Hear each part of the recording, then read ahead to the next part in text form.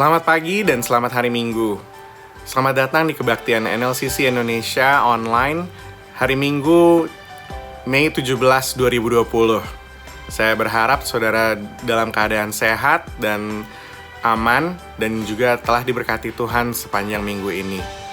Mari kita buka hati dan pikiran kita dan kita bersatu dalam doa. Tuhan Allah Bapa kami, terima kasih ya Tuhan atas berkat yang telah kami terima dan yang telah Engkau berikan kepada kami ya Bapa. Saat ini ya Tuhan, kami berdoa agar kiranya Engkau hadir dalam kebaktian kami walaupun kami berada dalam rumah kami masing-masing ya Tuhan.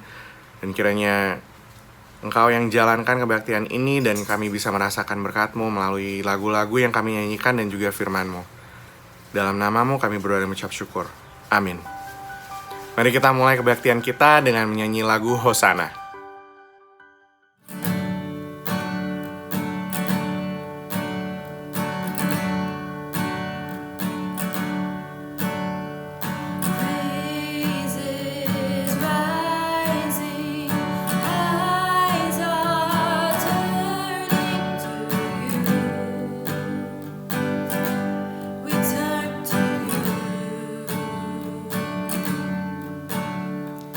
Open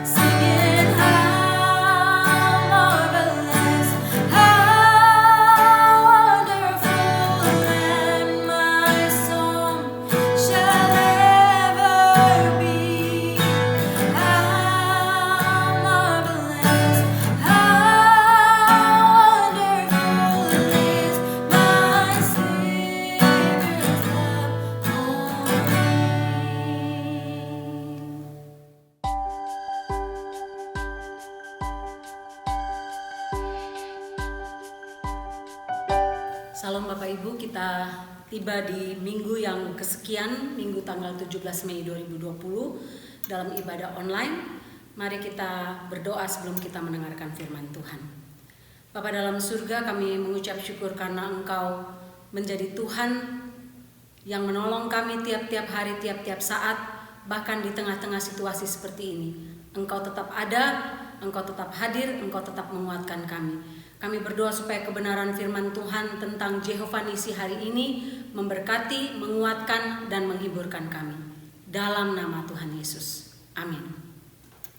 Bapak Ibu, kita sampai kepada nama-nama Allah kali ini tentang Jehovah Nisi.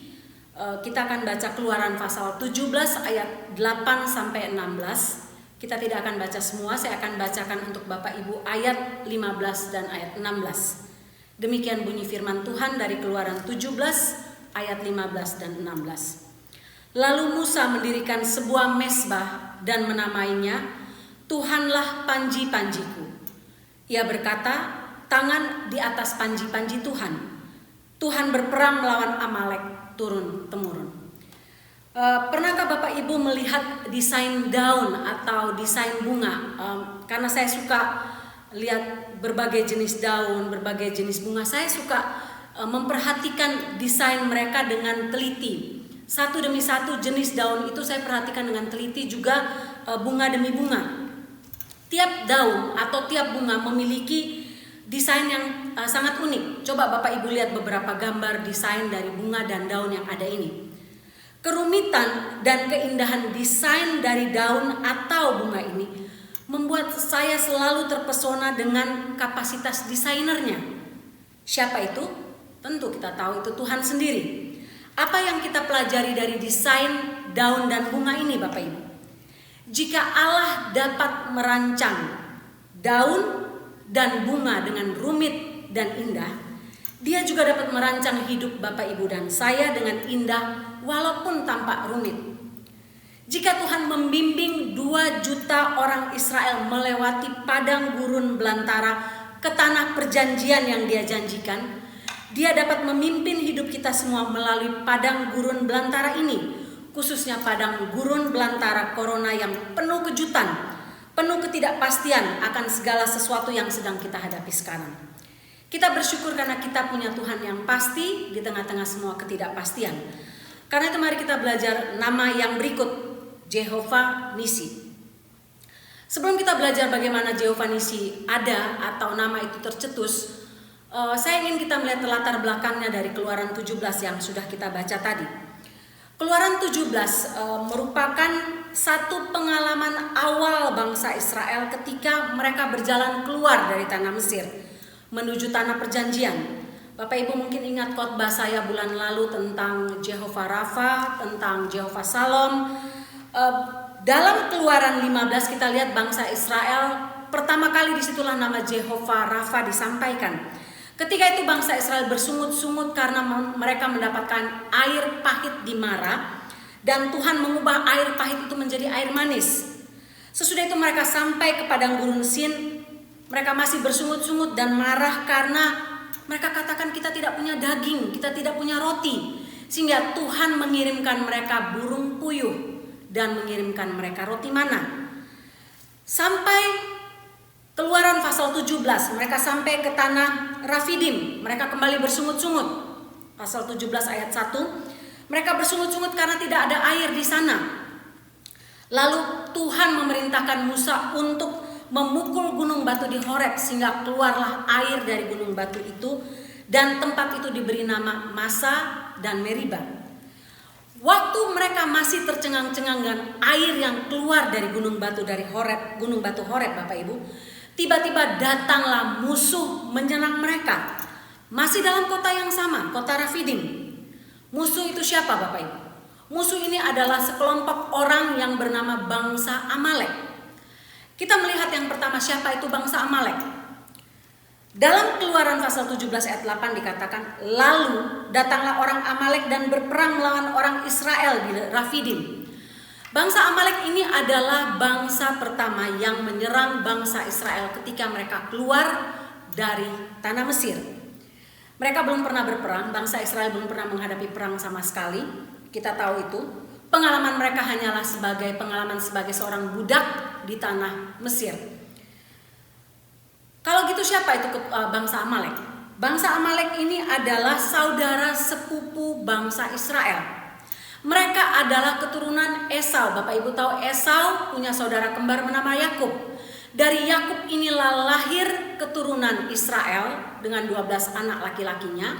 Dan dari Esau lahirlah bangsa Amalek. Bangsa Amalek ini adalah cucu dari Esau, anaknya dari anak yang bernama Elifas. Elifas ini lahir dari seorang gundik yang bernama Timna. Dari keturunan Elifas inilah lahirlah bangsa Amalek yang tinggal di dekat tanah perjanjian. Bangsa Amalek ini merupakan musuh bangsa Israel. Mereka tumbuh di tengah-tengah keluarga Esau dan menyerap kebencian terhadap nenek moyang keturunan Yakub. Karena apa? Karena mereka merasa ditipu dengan hak kesulungan. Bapak Ibu ingat kisahnya tentang Yakub mencuri hak kesulungan dari Esau. Dan Kebencian, dendam itu disampaikan turun-temurun, diwariskan turun-temurun dari keturunan, dari generasi ke generasi. Saya hitung-hitung paling tidak ada sekitar 480 tahun. Tapi bangsa Amalek masih tetap menyimpan dendam terhadap bangsa Israel. Bapak Ibu ingat juga ketika Tuhan memerintahkan Saul untuk memusnahkan bangsa Amalek ketika mereka berperang melawan bangsa Amalek. Raja Israel pertama, Saul, menolak untuk menumpas habis semua bangsa Amalek. Dia menyimpan binatang yang gemuk, binatang yang tambun, dan menyelamatkan Raja Agag, raja bangsa Amalek. Sebelum terbunuh, selamatlah salah satu anak Agag, dan 500 tahun kemudian Bapak Ibu, salah satu keturunan Amalek itu dari Raja Agag tadi kemudian menjadi musuh besar bangsa Israel di tanah perantauan. Dalam kitab Ester kita baca siapa musuh itu Bapak Ibu? Tidak lain namanya adalah Haman, orang Agag, yang berusaha untuk memusnahkan orang Israel, menghabisi orang Israel dalam pembunuhan massal. Hal itu akhirnya gagal karena Tuhan memakai Ester untuk menyelamatkan bangsa Israel. Sehingga kalau kita melihat bangsa Amalek ini memang dari keturunan ke keturunan mereka benar-benar membenci bangsa Israel. Tujuan mereka seumur hidup mereka adalah memusnahkan bangsa Israel sampai habis. Banyak orang memperkirakan Hitler adalah salah satu keturunan Agag, keturunan bangsa Amalek ini, walaupun tidak dapat dibuktikan kebenarannya. Apakah kita mulai melihat rancangan Allah yang rumit namun indah dalam hidup bangsa Israel, Bapak Ibu? Bagaimana Tuhan mengizinkan sesuatu terjadi, tapi Tuhan selalu menyediakan jalan keluar bagi mereka. Sebagai umat pilihan Allah, mereka memang istimewa, sama seperti kita. Sebagai umat pilihan Allah yang diselamatkan, kita adalah orang-orang pilihan yang istimewa. Ketika bangsa Israel melihat orang Amalek datang menyerang mereka, yang ajaib, mereka tidak mengeluh seperti sebelumnya. Mereka tidak bersungut-sungut. Tapi Tuhan menyelamatkan mereka dengan cara yang luar biasa. Yang kedua, mari kita lihat bagaimana Tuhan merencanakan rencana penyelamatan bagi bangsa Israel. Saya percaya bahwa Bapak Ibu bahwa Tuhan sendirilah yang mengizinkan bangsa Amalek bangkit untuk menyerang bangsa Israel. Tapi Tuhan sendirilah juga yang menyediakan jalan keluar bagi mereka. Dalam bagian-bagian sebelumnya kita melihat bangsa Israel selalu mengeluh, mengomel, menggerutu, marah kepada Musa, marah kepada Tuhan ketika mereka mendapat musibah atau masalah. Tapi dalam kasus ini spesial. Mereka tidak mengeluh, mereka tidak marah, tapi mereka taat ketika serangan dari bangsa Amalek datang tiba-tiba. Ketika serangan mendadak ini datang, ada 3 fakta yang terjadi. Yang pertama, Musa. Bapak Ibu tahu Musa ini hidup 40 tahun pertama dalam pendidikan Mesir sebagai anak putri Firaun. Dia memang belajar cara berperang, tapi Musa tidak pernah berperang, tidak pernah masuk dalam medan perang. 40 tahun kemudian hidupnya dia menjadi seorang penggembala domba. Dan kemudian memimpin bangsa Israel keluar dari tanah Mesir. Di luar dugaan, Musa belum pernah berperang dan saat ini dia diperhadapkan dengan bangsa Amalek menyerang orang Israel. Fakta kedua, bangsa Israel. Bapak Ibu tahu bangsa Israel mereka baru keluar dari tanah perbudakan. 400 tahun mereka hidup dengan mental budak. Mereka kerja rodi, mereka kerja keras. Tapi mereka sendiri pun belum pernah menghadapi perang. Mereka tidak pernah dilatih dalam peperangan. Mereka tidak pernah mendapat pendidikan khusus untuk berperang. Mereka secara fisik sedang lemah karena sedang dalam perjalanan yang jauh dari padang gurun ke padang gurun. Tidak saja panas, terik, tidak saja mereka membawa anak-anak yang lemah, para wanita yang lemah, dan kambing domba mereka. Sehingga ketika mereka diserang bangsa Israel sedang dalam kekuatan fisik yang boleh dikatakan paling rendah, paling lemah.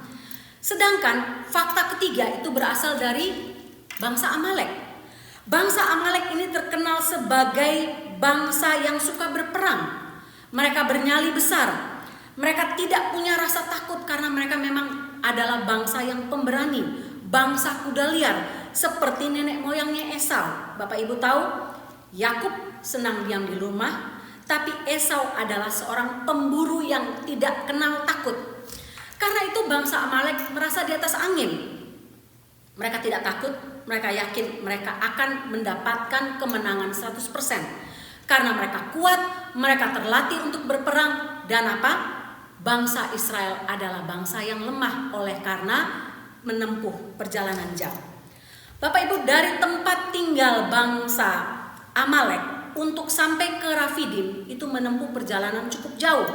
Tapi mereka lakukan karena mereka tahu inilah kesempatan untuk membalas dendam nenek moyang kita. Membalas dendam Esau kepada keturunan Yakub.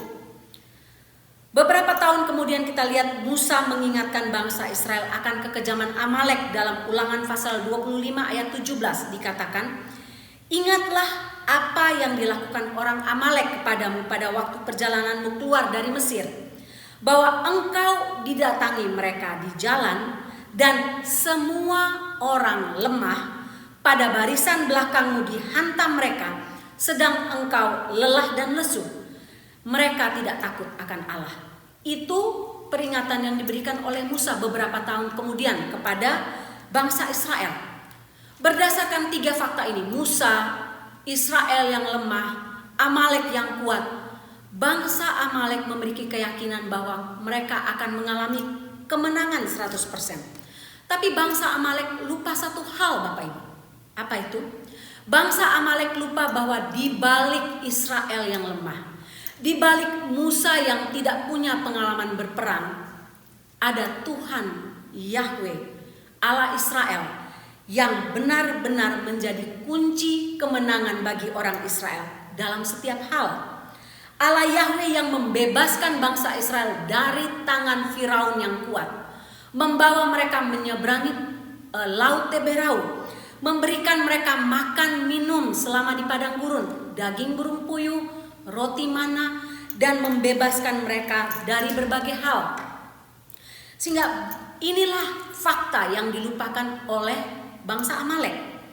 Sehingga rencana penyelamatan Tuhan luar biasa. Tuhan memerintahkan kepada Musa untuk melakukan pembentukan tim. Dalam pasal 17 ayat 9 dikatakan, Musa berkata kepada Yosua, "Pilihlah orang-orang bagi kita. Keluarlah berperang melawan orang Amalek itu.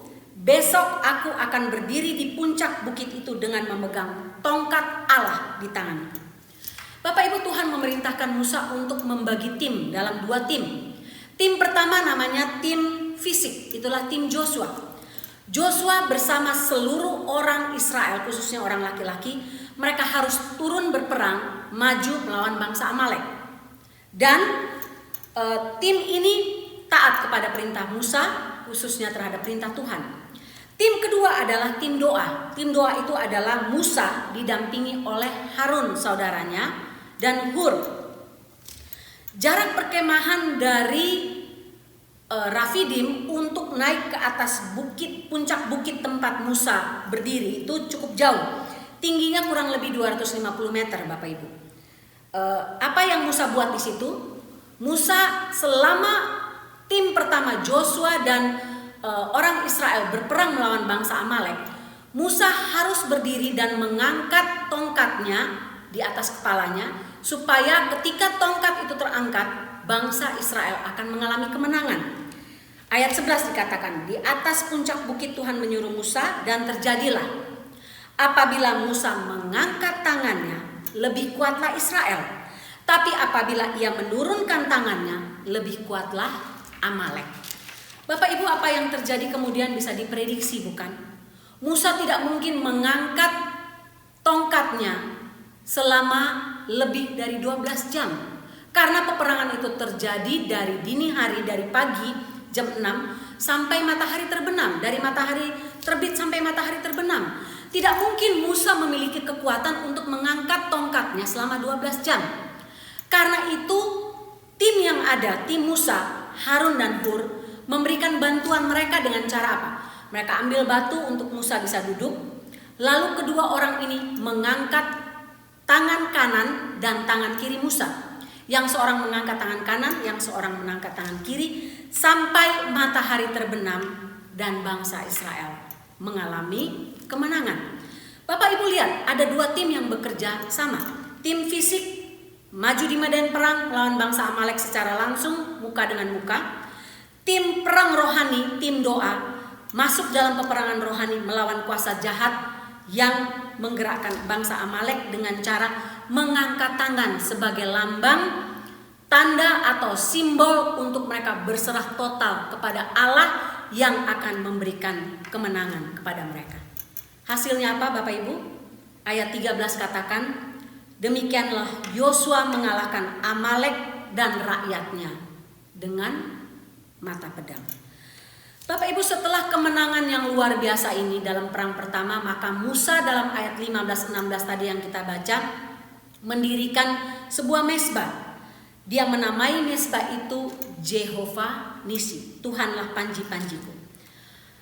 Kalau begitu, apa arti Jehovah Nisi dalam bagian yang kita pelajari? Apa arti nama ini dalam bagian yang kita pelajari hari ini? Kata Jehovah Nisi adalah atau Tuhan adalah panji-panjiku ini berasal dari bahasa Ibrani yang menggambarkan Tuhan sebagai sumber perlindungan, sumber kemenangan, sumber keamanan bagi bangsa Israel. Kata Nisi di sini atau panji pada zaman dahulu itu dipakai sebagai tanda bagi tiap pasukan perang untuk mengenal siapa temannya. Bapak Ibu tahu pada waktu zaman dahulu ketika orang berperang, orang tidak punya baju seragam seperti sekarang. Memang pada masa Romawi sudah ada, tapi pada waktu zaman bangsa Israel ini mereka belum punya baju perang. Sehingga tidak ada baju seragam, tidak ada topi seragam yang untuk menunjukkan oh ini tim lawan, oh ini tim musuh.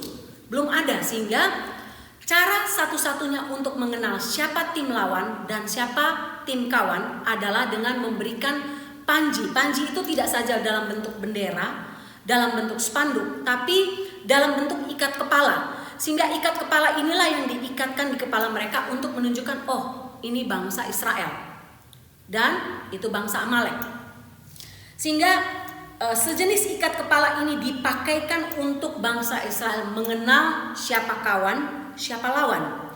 Juga dalam zaman dulu bangsa panji ini atau nisi ini dipakai seperti tombak panjang yang ujungnya itu diberi tanda emas. Untuk kalau matahari kena, oh ini tim kawan saya atau ini tim lawan saya. Atau dalam perkembangannya dipakai bentuk lubang, jadi sebuah lubang yang dibuat dan diberi bendera di atasnya. Kalau musuh makin menyerang makin kuat, maka para pasukan ini bisa datang berkumpul di tempat lubang itu untuk mendapatkan rasa aman. Itulah nisi atau itulah panji pada masa lalu. Sehingga kalau kita katakan Tuhan adalah Jehovah Nisi bagi aku, Tuhan adalah panji bagi aku, artinya Tuhan menjadi sumber pertolongan, Tuhan menjadi sumber kemenangan, Tuhan menjadi sumber keamanan, sumber keselamatan yang mempersatukan semua orang pada satu lubang, pada satu nama. Itulah nama Yesus Kristus. Melalui karya salibnya, kita semua satu melalui karya salibnya, satu melalui darah Kristus yang dicurahkan, satu melalui kematiannya, satu melalui kebangkitannya, melalui nama Yesus dan karya keselamatannya. Sehingga apa aplikasinya untuk kita pada masa kini Bapak Ibu dengan mengenal nama Jehovah Nisi? Lebih tepatnya, bagaimana kita bisa mengalami Jehovah Nisi dalam hidup kita sebagai bangsa pilihan Allah, sebagai umat pilihan Allah, sebagai orang-orang yang sudah diselamatkan. Saya percaya tiap kita tiap hari berhadapan dengan Amalek rohani. Amalek rohani yaitu iblis yang berusaha menyerang kita setiap hari secara mendadak.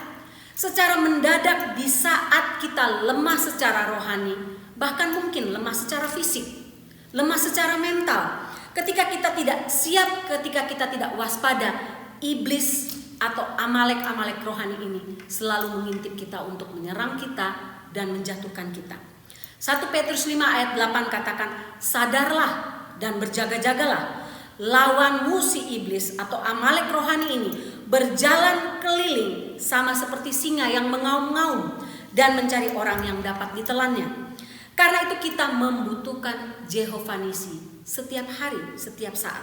Supaya ketika kita lengah, Tuhanlah yang menjadi Jehovah Nisi yang memenangkan peperangan rohani bagi kita ketika kita mendapatkan serangan dari iblis. Kalau begitu bagaimana caranya supaya kita bisa mengalami kemenangan melalui Jehovah Nisi? Ada 3 hal saya catat Bapak Ibu. Yang pertama, jadilah tim yang bersatu dan saling menopang. Kita belajar ketika Tuhan memberkati bangsa Israel menjadi Jehovah Nisi bagi mereka, memberikan kemenangan bagi mereka atas bangsa Amalek. Tuhan melihat bahwa Yosua, Musa, seluruh bangsa Israel, bahkan anak-anak dan para ibu dalam perkemahan menjadi satu tim yang kuat. Yosua pergi berperang bersama para laki-laki dan pasukan Israel. Musa menjadi tim doa yang berperang secara langsung, secara rohani di atas bukit bersama Harun dan Hur. Tapi saya percaya ibu-ibu dan anak-anak orang Israel, mereka juga menjadi pendoa di dalam kemah mereka masing-masing. Itulah yang Tuhan inginkan bagi kita Bapak Ibu. Di tengah-tengah masa seperti ini tidak ada lagi waktu untuk kita katakan, oh karena kamu bergerak secara fisik, aku tidak membutuhkan kamu. Karena kamu bergerak secara rohani, aku tidak membutuhkan kamu. Tidak Bapak Ibu. Semua hal, semua unsur kekristenan dibutuhkan pada masa sulit. Ketika masa sulit datang, ketika peperangan datang, peperangan rohani datang, yang kita butuhkan adalah apa? Bersatu. Tidak ada waktunya untuk menjadi penonton, tapi waktunya untuk bekerja sama dalam tim. Menjadi satu tim secara fisik bekerja untuk pekerjaan Tuhan, secara rohani menjadi tim doa, secara hal lain menggunakan talenta kita untuk berbagai hal lain. Seperti desain daun Bapak Ibu. Desain daun itu menjadi indah ketika satu garis demi satu garis berbaris menjadi bagian yang indah, sama dengan kelopak bunga. Kelopak bunga ataupun bunga itu menjadi indah karena ada barisan mahkota bunga yang bersatu satu dengan yang lain, membentuk keindahan yang luar biasa. Sebagai orang Kristen tidak ada waktu untuk kita lagi untuk katakan, oh kamu dari sana, kamu dari sini, aku tidak butuh kamu. Karena kamu golongan ini, aku tidak butuh kamu. Tidak Bapak Ibu. Saya percaya masa ini adalah masa peperangan rohani yang paling besar, yang belum pernah terjadi sebelumnya. Kita sedang berhadapan dengan iblis yang akan menghancurkan iman tiap orang percaya. Sehingga yang harus kita buat adalah bersatu. Dalam masa ini, semua orang Kristen di seluruh dunia bersatu. Bersatu untuk mengibarkan panji Kristus, bukan lagi untuk mengibarkan benderanya masing-masing. Kita bersatu memberikan kata-kata yang mengencourage satu dengan yang lain, bukan kata-kata yang menghakimi, bukan kata-kata yang menjatuhkan, tapi kata-kata yang menghiburkan dan mengajak persatuan satu dengan yang lain. Bapak Ibu, di tengah-tengah situasi seperti ini saya percaya kekuatan atau persatuan itu hal yang paling akan diserang oleh iblis. Karena itu kita harus makin bersatu. Kalau kita tergoda untuk menghakimi orang lain, menjatuhkan orang lain, ingat, kita tidak akan pernah mengalami Jehovah Nisi dalam hidup kita. Jehovah Nisi seperti dalam Mazmur 133 akan terjadi jika kita bersatu. Sungguh alangkah baiknya dan indahnya apabila saudara-saudara diam bersama dengan rukun. Karena kesanalah Tuhan memerintahkan berkat, kehidupan, keselamatan, keamanan, pertolongan untuk selama-lamanya. Masih maukah kita memperdebatkan soal teologia? Oh, kamu teologia A, saya teologia B. Kamu aliran sana, saya aliran sini. Bapak Ibu, ini bukan saatnya lagi. Saatnya kita bersatu, memberikan kekuatan untuk satu dengan yang lain.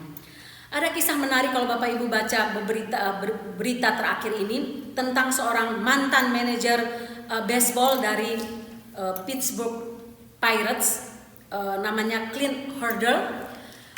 Clint Hurdle ini beberapa tahun lalu memulai cara dia menguatkan orang dengan mengirim teks kepada 12 pemain dia.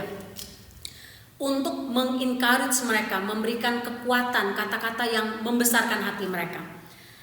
Sesudah dia lakukan itu, dari 12 orang kemudian berkembang menjadi 12 grup temannya. Tapi kemudian selama 6 minggu dia berhenti karena dia rasa ini useless, nggak ada gunanya, sehingga dia berhenti. Lalu seorang teman katakan, Clint, kenapa kamu berhenti? Saya benar-benar dikuatkan dengan kata-kata yang kamu kirim tiap pagi untuk saya. Lalu dia pikir, oh ya, saya mulai lagi. Dia mulai lagi Bapak Ibu, dan dari 12 orang menjadi 12 grup, kemudian menjadi 3.000 orang yang tiap pagi dia kirimkan teks untuk menguatkan mereka. Dari 3.000 orang di masa corona ini menjadi 5.000 orang. Kalau Bapak Ibu bisa kunjungi websitenya, itu luar biasa. Tiap hari dia memberikan kata-kata kekuatan untuk menguatkan hati orang. Sehingga bantuan itu datang dengan kata-kata yang menguatkan orang lain. Dan saya percaya itulah yang harus kita lakukan sebagai orang percaya. Kata-kata kekuatan yang menghiburkan, menguatkan orang lain, menjadi satu tim yang saling mengasihi, saling bertopang tangan, saling menguatkan, saling memperbaiki, saling menegur dengan kasih, saling membangun satu dengan yang lain. Ketika kita melakukan hal ini, percayalah, Jehovah Nisi akan menjadi bagian kita. Bantuan itu tidak harus melalui kata-kata. Bapak Ibu bisa melakukan bantuan secara finansial, bantuan secara emosi, bantuan dengan counseling, menelpon orang, dan apa saja yang menunjukkan bahwa kita bersatu. Berdoalah, tanyakanlah kepada Tuhan siapa yang perlu kita tolong dalam hari-hari ini, dalam minggu-minggu ini. Saya senang dengan gereja kita melakukan beberapa kegiatan yang berarti. Care Team NLCC melakukan pertolongannya dengan menunjukkan kasih mereka dengan simple untuk mereka yang bergerak di baris depan, para nurse. Dilakukan, mereka diberikan makanan kecil, snack, surat doa, siapa yang dinominasikan kemudian diberikan kepada para nurse, polisi, firefighter dan sebagainya. Dan ya, dari NLCC Indonesia saya tahu Bu Ita salah satu yang menerima bagian kasih ini, kecil, simple tapi menguatkan. Bapak Ibu juga di NLCC Indonesia kita melakukan gerakan yang walaupun mungkin tidak kelihatan besar, tapi saya tahu ada Bapak Ibu yang memberikan bantuan finansial untuk orang lain, membantu belanja, membuatkan masker, menelpon orang lain untuk menguatkan satu dengan yang lain. Dan ini hal yang positif, mengirimkan makanan dan berbagai hal lain yang bisa kita lakukan. Dan inilah yang Tuhan mau ketika kita semua bersatu dalam panji Kristus. Di Indonesia ya Helpi, Bapak Ibu ada yang mengumpulkan uang dari sini dikirimkan ke Indonesia dengan donasi yang ada di Indonesia sendiri. Ya Helpi tidak saja membantu orang Kristen, tapi membantu orang-orang dari agama lain, Hindu, Buddha, Islam dan sebagainya. Dan mereka dikuatkan dihiburkan dengan bantuan dari Ya Helpi, dan ini menjadi Jehovah Nisi, kesaksian Kristen bahwa Jehovah Nisi mempersatukan kita semua, saling bahu-membahu. Di sanalah ada berkat Tuhan. Yang kedua, bagaimana caranya kita mengalami Jehovah Nisi? Tidak saja bersatu, tidak saja bekerja sama, tapi Tuhan meminta kita mencatat dan mengingat perbuatan dan pertolongannya. Ayat 14. Kemudian berfirmanlah Tuhan kepada Musa, tuliskanlah semuanya ini dalam sebuah kitab sebagai tanda peringatan. Ingatkanlah kepada Yosua bahwa aku akan menghapuskan sama sekali ikatan kepada Amalek dari kolong langit. Bapak Ibu, mengapa Tuhan meminta Musa mencatat, menuliskan, supaya Musa mengingatkan kepada Yosua tentang semua peristiwa ini dan mencatat semua peristiwa tentang bangsa Amalek ini? Tujuannya adalah agar bangsa Israel tahu bahwa kemenangan yang terjadi melawan orang Amalek bukan datang dari mereka, tapi datang dari Tuhan saja. Itulah yang harus kita lakukan sebagai orang percaya. Bagaimana kita bisa mengalami Jehovah Nisi? Catatlah tiap-tiap peristiwa ketika kita mengalami pertolongan Tuhan. Ketika kita dalam bahaya, dalam musibah, dalam malapetaka, dalam kesusahan, dan kita mendapatkan pertolongan Tuhan, catatlah itu Bapak Ibu. Biasakan untuk membuat jurnal rohani, jurnal doa. Tuhan jawab doa kita. Kalau saya mencatat semua itu di Alkitab saya. Di sebelah kiri ada bagian yang kosong, saya selalu mencatat, oh ayat ini saya dapat ketika saya mendapatkan pergumulan ini. Tuhan jawab tanggal berapa, bagaimana caranya Tuhan jawab. Jadi Alkitab saya kotor sekali, tapi gak apa-apa. Tiap kali saya baca lagi bagian itu, saya tahu, oh saya pernah mengalami masalah yang serupa, Tuhan menolong saya di masa lalu dan menjadi Jehovah Nisi bagi saya. Dalam masa pandemik ini muncul peristiwa-peristiwa atau kisah-kisah yang menarik untuk disimak. Salah satunya adalah kisah tentang sebuah pabrik air di Sturminster Newton Mill di Inggris. Pabrik ini sudah berusia lebih dari 1000 tahun. Tahun 1556 sebelum Ratu Elizabeth I naik takhta, pabrik ini sudah didirikan dan pabrik ini menjadi saksi mata dari pandemik Spanish flu tahun 1918. Tahun 1970 pabrik ini kemudian dijadikan museum sebagai tanda untuk mengenang apa yang terjadi pada masa pandemik Spanish flu tahun 1918. Sejak menjadi museum, pabrik ini hanya memproduksi tepung 2 hari dalam sebulan ketika masa summer, hanya ketika summer saja. Tapi sejak pandemi coronavirus muncul, pabrik ini kembali memproduksi 2.200 tepung dalam seminggu untuk menolong toko-toko lokal yang tidak punya lagi tepung untuk membuat roti sebagai bahan makanan utama. Dan ada tim penggilingan sukarela yang bekerja untuk menyumbangkan tepung-tepung karung ke toko-toko roti untuk melewati masa-masa sulit ini. Bapak Ibu, pabrik ini dibangun untuk mengenang pandemi 1918 waktu Spanish flu, tapi kemudian pabrik ini kembali lagi dipakai untuk pandemi corona untuk menolong orang-orang yang membutuhkan. Luar biasa. Catatan masa lalu menjadi contoh kreativitas yang membuat masa lalu menjadi hidup pada masa sekarang. Bagaimana dengan kita Bapak Ibu? Saya nggak tahu dengan Bapak Ibu, tapi biasakan. Dalam bulan-bulan ini mungkin belum terlambat, catatlah apa yang Tuhan buat selama masa-masa lockdown, masa-masa karantin di rumah. Catat satu demi satu berkat yang kita terima, kekuatan yang kita terima, kekuatan emosi, mental, rohani, bahkan fisik yang kita terima dari Tuhan melalui orang-orang lain. Dan itu akan memberikan kita kemenangan dan Jehovah Nisi dalam hidup kita ketika satu waktu lagi kita menghadapi masa yang lebih berat. Yang terakhir, yakinlah bahwa Tuhanlah yang memberikan kemenangan. Kita melakukan tugas kita taat. Musa dan Joshua taat untuk melakukan bagian mereka untuk berperang melawan Amalek dan menjadi tim doa. Tapi kemenangan datang dari Tuhan ketika kita belajar taat melakukan apa yang Dia perintahkan. Tuhan berkata bahwa kemenangan yang Dia berikan itu adalah lengkap, sempurna, dan kekal. Tuhan sendiri memberikan kemenangan kepada orang-orang yang dikasihinya. Karena itu Bapak Ibu, Tuhan menjadi sumber aman, menjadi sumber keselamatan dalam menghadapi musuh-musuh rohani kita tiap-tiap hari. Tuhan menjadi panji bagi kita, di mana kita dapat mendapatkan bantuan, pertolongan seperti halnya dengan para prajurit Israel.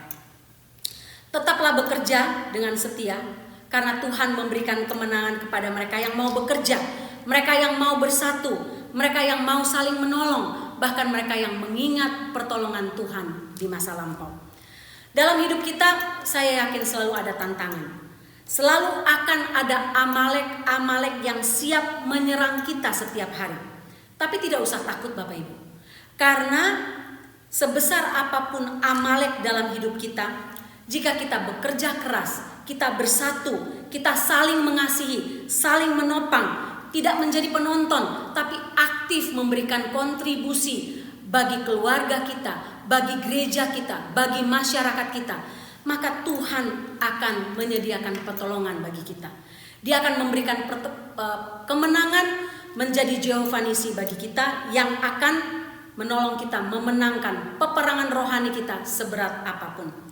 Saya menutup bagian ini dengan mengingat bagaimana Tuhan memakai tiap-tiap orang di tengah-tengah gereja kita untuk menolong satu dengan yang lain. Yang lain memberikan karunia-Nya, main musik, menyanyi, ngedit, berkhotbah, memberikan persembahan, memberikan bantuan, berada di baris depan untuk berjualan di toko, di grocery, nurse, menyalurkan bantuan di Indonesia.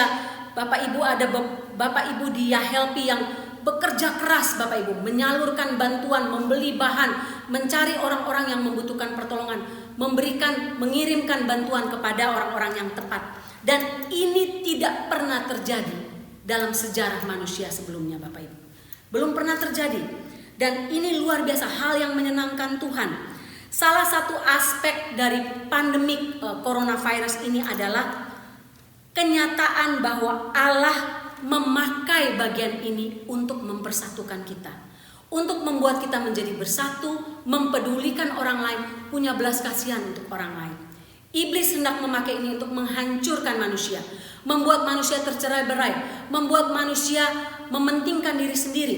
Tapi Allah memakai ini untuk membuat kita menjadi satu dengan yang lainnya. Kolaborasi ini tidak hanya terjadi dalam dunia sains, tapi dalam gereja, di tengah-tengah masyarakat kita melihat orang bangun satu dengan yang lain dengan kesadaran penuh. Oh, jangan berbuat untuk diri saya sendiri, untuk keluarga sendiri. Lakukanlah itu untuk orang lain. Sehingga doa Tuhan Yesus dalam Yohanes pasal 17 memang benar-benar terjadi.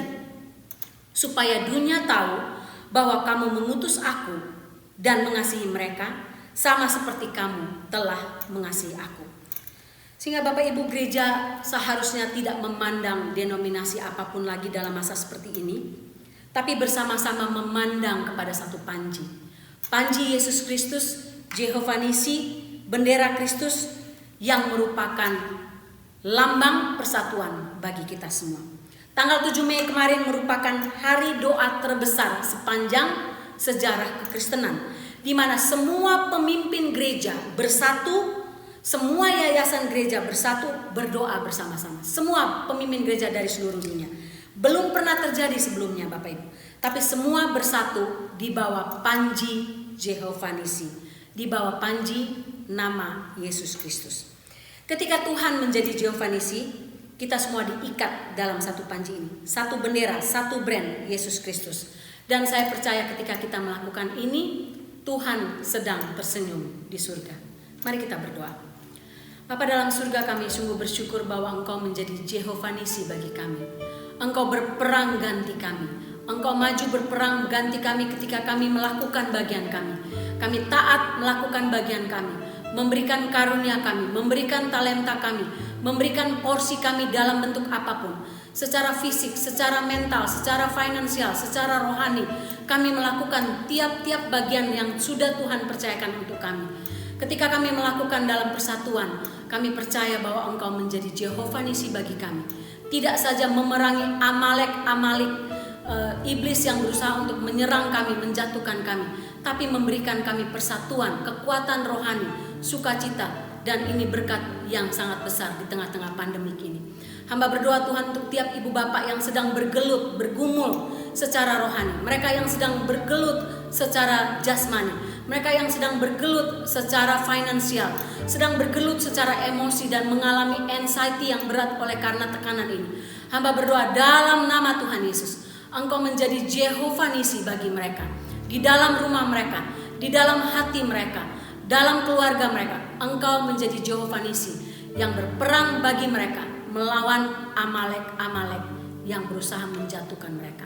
Terima kasih Tuhan untuk kebenaran firman-Mu ini.